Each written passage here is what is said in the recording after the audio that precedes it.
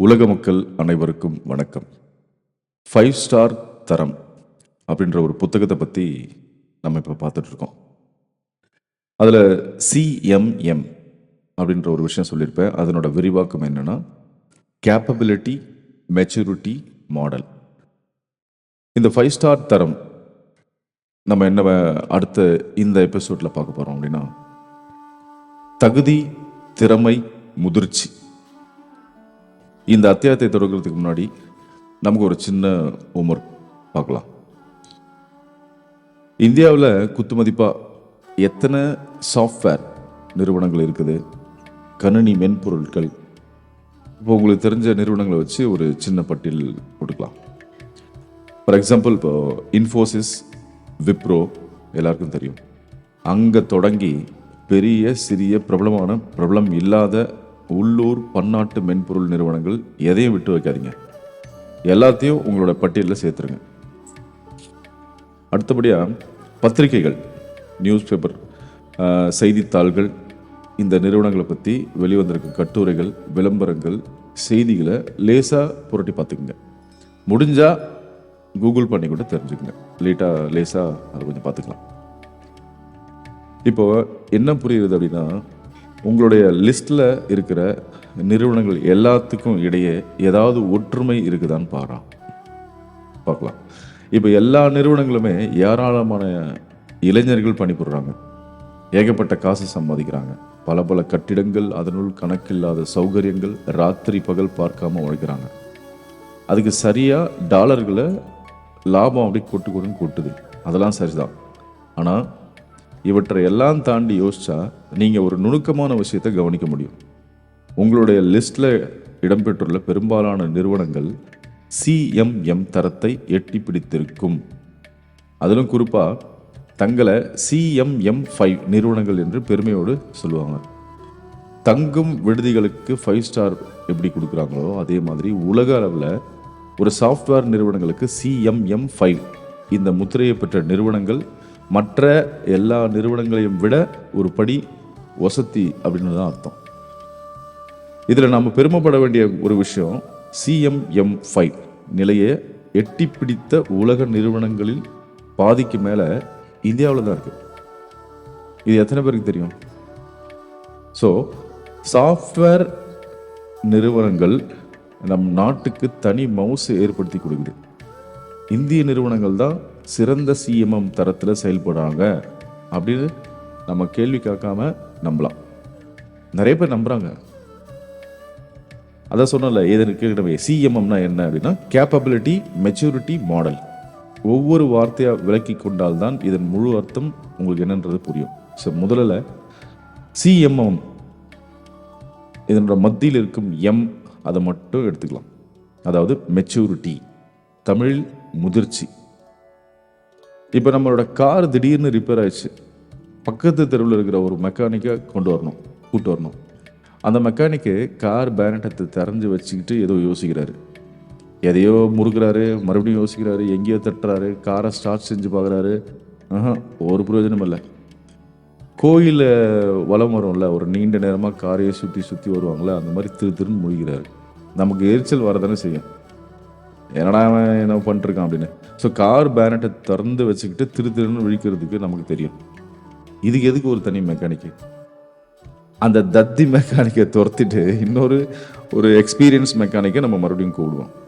அப்போது அவர் car start செய்கின்ற முயன்று அது வெறும் சத்தத்திலேயே என்ன பிரச்சனைன்னு சொல்லிட்டுருவார். ஒரு காரோட சவுண்டு வச்சு ஒரு எக்ஸ்பர்ட் மெக்கானிக் வந்துட்டு அதில் என்ன பிரச்சனைங்கிறது சொல்லிட்டுருவாங்க. அடுத்த 5-6 நிமிஷம் பிரச்சனையை சரி செஞ்சு விட்டுட்டு காரு பழையபடி ஜோராக அப்படியே போயிட்டே இருக்கும். இந்த 2 மெக்கானிக்கும் இடையில் இருக்கிற என்ன வித்தியாசம்? அனுபவ முதிர்ச்சி. ஒரு கார் எப்படி இயங்குகிறது, அதில் என்னென்ன பிரச்சனைகள் வரக்கூடும், ஒவ்வொரு பிரச்சனையின் போதும் அதை நாம் தெரிந்து கொள்வதற்கான அறிகுறிகள் எவை, எந்த பிரச்சனையை எப்படி சரி செய்கிறது என்பதை 2வது மெக்கானிக்கு தன்னுடைய அனுபவத்தில் நிறையவே பார்த்துருக்கிறார். இதனோட அடிப்படையில் ஒவ்வொரு காரையும் இப்படி தான் சரி செய்யணும் அப்படின்னு சொல்லிட்டு ஒரு வழிமுறையை அவர் வகுத்துட்டு இருப்பார். அந்த மாதிரி சரியாக பின்பற்றுவதன் மூலம் நம்முடைய கார் விரைவில் சரியாகிவிட வாய்ப்புகள் அதிகமாக இருக்குது. கிட்டத்தட்ட இதே காரணத்தால் தான் ஒரு தெருமுனை டாக்டரை விட ஒரு பெரிய மருத்துவமனையில் இருக்கிற ஒரு ஸ்பெஷலிஸ்ட் நம்ம நம்பி போகிறோம். அந்த டாக்டர் என்ன பண்ணுவார், தன்னோட அனுபவ முதிர்ச்சியால், எக்ஸ்பீரியன்ஸில் நமக்கு நல்ல மருத்துவ சேவை கிடைக்கும் என்று நம்ம நம்பி தான் அவர்கிட்ட போவோம். இதுதானே முறையா? இப்போ இந்த முதிர்ச்சி வந்து சமாசாரம் இந்த மாதிரிலாம் வந்து ஒரு தனிப்பட்ட நபர்களுக்கு மட்டும் இல்லை, நிறுவனங்களுக்கும் இருக்குது. உதாரணமாக 2 பேங்க், ஒன்று ரொம்ப வருஷமாக இந்த துறையில் பழம் தின்னு கொட்டை போட்டு மரம் வளர்த்து விட்ட கோவிந்தா பேங்க். இன்னொன்று என்னன்னு பார்த்தோன்னா, கொஞ்சம் போன வருஷம் தான் ஆரம்பிச்சிருப்பாங்க, தன்னோட இது ஸ்டார்ட் பண்ணியிருப்பாங்க. அந்த பேங்க் பேர் கோபாலா பேங்க். இது ஏன் கோவிந்தா கோபாலான்ற அப்படின்னா, அது ஒரு ஃப்ளோ. இதெல்லாம் நீங்கள் சந்திச்சு தான் ஆகணும். இந்த மாதிரி படிக்கும்போது வெறும் படிக்கிற மாதிரி விஷயங்களை மட்டும் பேச முடியாது. இப்போது நீங்கள் ஒரு வீடு கட்ட விரும்புகிறீங்க, அதுக்கு கடன் கேட்டு கோவிந்தா பேங்க்குக்கு போகிறீங்க. கோபாலா வங்கி ரெண்டிலுமே விண்ணப்பம் செய்கிறீங்க. கோவிந்தா பேங்க்கு, கோபாலா பேங்க் ரெண்டுத்துக்குமே போகிறீங்க. இப்போ கோவிந்தா பேங்க் என்ன பண்ணுறாங்க, வீட்டு கடன் விண்ணப்பங்களை பரிசீலிக்கிறதுக்கு முன்னாடி ஒரு ரூல்ஸ் அண்ட் ரெகுலேஷன் வச்சுருப்பாங்க. முதல்ல உங்களை பற்றின பர்சனல் விஷயங்கள், பிறகு வந்து உங்களுடைய சம்பள விவகாரம், நீங்கள் வாங்க போகும் வீட்டின் நிஜ மதிப்பு, அதன் பழைய உரிமையாளர் யார், அதில் ஏதாவது வில்லங்க இருக்குதா, உங்களோட பழைய கடன்கள் ஏதாவது மிச்சமாக இருக்குதா, உங்களால் இந்த கடனை ஒழுங்காக திரும்பி செலுத்த முடியுமா, இப்படி எல்லா டீட்டெயில்ஸும் பக்காவாக வந்து பண்ணுவாங்க. அப்புறமா தான் உங்களுக்கு வந்து லோன் கொடுக்கலாமா வேணாமான்னு டிசைட் பண்ணுவாங்க. அதுக்கப்புறம் ஒரு ஃபைனல் டிசிஷனுக்கு வந்ததுக்கப்புறமா நமக்கு லோன் கொடுப்பாங்க. ஆனால் இந்த கோபாலா வங்கி இருக்குல்ல, கோபாலா பேங்க், அங்கே அந்த பேங்க்கில் வந்து இந்த அளவுக்கு முதிர்ச்சி அவங்களுக்கு பத்தாது. அப்போ என்ன பண்ணுவாங்கன்னா, அவங்க ஏதோ ஒரு குத்துமதிப்பான ஒரு ரூல்ஸ் அண்ட் ரெகுலேஷன் வச்சுருப்பாங்க. கண்டவனுக்கு என்னத்தையும் கடனை தாராளமாக அள்ளி விட்டுருவாங்க, எடுத்துன்னு போ அப்படின்னு சொல்லிட்டு. கடைசியில் என்ன ஆகும், கோவிந்தா பேங்க்கு ஒழுங்கான நபர்களுக்கு கடன் கொடுத்து அதை முறைப்படி வட்டியுடன் திரும்ப வசூலித்து லாபம் சம்பாதிக்கும். ஆனால் இந்த கோபாலா பேங்க் என்ன பண்ணும், தவறான கணிப்புகள், திரும்பி வரா கடன் சுமை அதிகமாகி திவாலாயிடும். இங்கேயும் அந்த முதிர்ச்சி தான் வித்தியாசம். இப்போ கோவிந்தா பேங்கோட அனுபவ முதிர்ச்சி இன்னும் கோபாலா வங்கிக்கு வரல. முக்கியமான விஷயம் என்னென்னா, இங்கே நம்மளோட அனுபவம் முதிர்ச்சி என்று சொல்வது வயது விஷயம்லாம் கிடையாது. இளம் வயசுலேயே அனுபவ முதிர்ச்சி நிறைய பேருக்கு இருக்கிறவங்களும் உண்டு, வயசாயும் பிள்ளைகாத்தனமாக சின்ன பிள்ளைத்தனமாக நடந்துக்கிறவங்களும் உண்டு. ஆனால் அதே சமயம் முதிர்ச்சி என்பது ஒரு காலப்போக்கில் தானாக கணிக்கிற விஷயம் என்பதையும் நாம் மைண்டில் வச்சுக்கணும். அது ஒரு ராத்திரியில் யாருக்கும் கிடச்சிடாது. ஓவர் நைட்டில் டப்புன்னு அப்படியே ஆஹா பயங்கரமான எக்ஸ்பீரியன்ஸ் இன்றைக்கி கிடச்சின்னு சொல்ல முடியாது.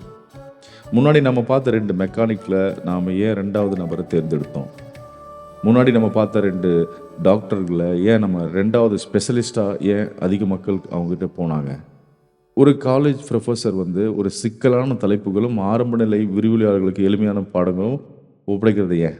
ஸோ புதுசாக ஒரு கட்சி தொடங்குறாங்க. அந்த கட்சியில் வந்து ஆட்சியை பிடிப்பதற்கு குறைந்தது 10-15 வருடங்களாவது ஆகிறது இல்லையா? நம்ம பார்க்குறோம். உடனே கட்சி தொடங்கி உடனே ஓவர் நைட்டில் சிஎம்ஐ நான் வந்துடுவேன்னு சொல்லிட்டு அது நடக்கலாம். நிறைய பேருக்கு அது ஏதோ ஒரு சம்திங் பவர், ஏதோ ஒரு விஷயம் நடக்கலாம். ஆனால் அது நடக்கிறது கஷ்டம்தான் இல்லையா?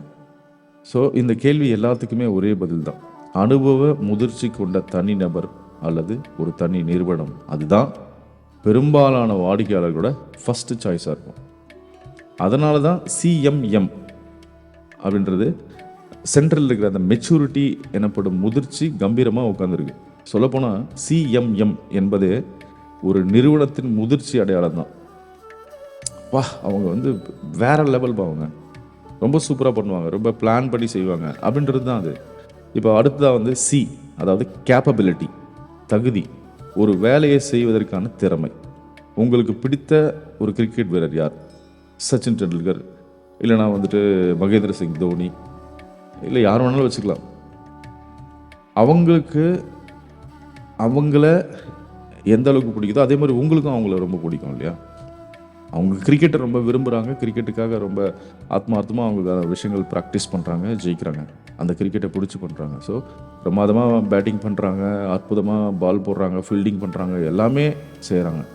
அப்போ ஒரு டீமை ரொம்ப நல்லா வழிநடத்தி இப்போ வேர்ல்டு கப் வாங்குறது, T20 கப் வாங்குறது, இது மாதிரிலாம் நிறைய வாங்குறாங்க. ஸோ 5 இல்லை 10 இல்லை 20 ஆண்டுக்கு முன்னாடி உங்களுக்கு பிடிச்ச இதே வீரர் என்ன பண்ணியிருப்பாரு? இப்போ இதே தோனி இவங்கெல்லாம் என்ன பண்ணியிருப்பாங்க? தன்னோட பள்ளி கல்லூரி அணிக்காக விளையாடி இருந்திருப்பாங்க. அல்லது இது வந்து ராஞ்சி இல்லை துலீப் இந்த மாதிரி ஏதோ ஒரு உள்ளூர் கிரிக்கெட்டில் அங்கே அவங்க வந்து கலக்கின்னு இருந்திருப்பாங்க. அப்போவும் நீங்கள் இவரை இதே போல் பார்த்தீங்களா? தோனி வந்துட்டு நம்ம இந்தியன் டீமுக்கு வந்ததுக்கு அப்புறமா தான் அவரை எல்லாருக்கும் பிடிச்சது, பார்த்தோம், அப்புறமா தான் நம்ம செஞ்சோம். அதுக்கு முன்னாடி இந்த மாதிரி நம்ம ஏதாவது ஸ்டேட்டஸ் வச்சுருக்கோமா, இல்லை ஃபேஸ்புக்கில் எதாவது பண்ணியிருக்கோமா? அந்த மாதிரிலாம் கிடையவே கிடையாதுல்ல. அப்போது இதே வீரர்களுக்கு திறமை இருந்துச்சு.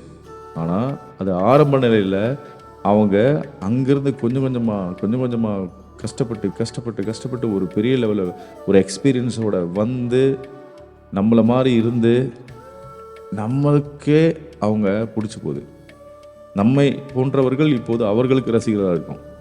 அப்போது அபூர்வ ராகங்கள் ரஜினிக்கும் முரட்டுக்காலை ரஜினிக்கும் இன்னைக்கு சிவாஜி ரஜினிக்கு என்ன வித்தியாசம் இருக்குது?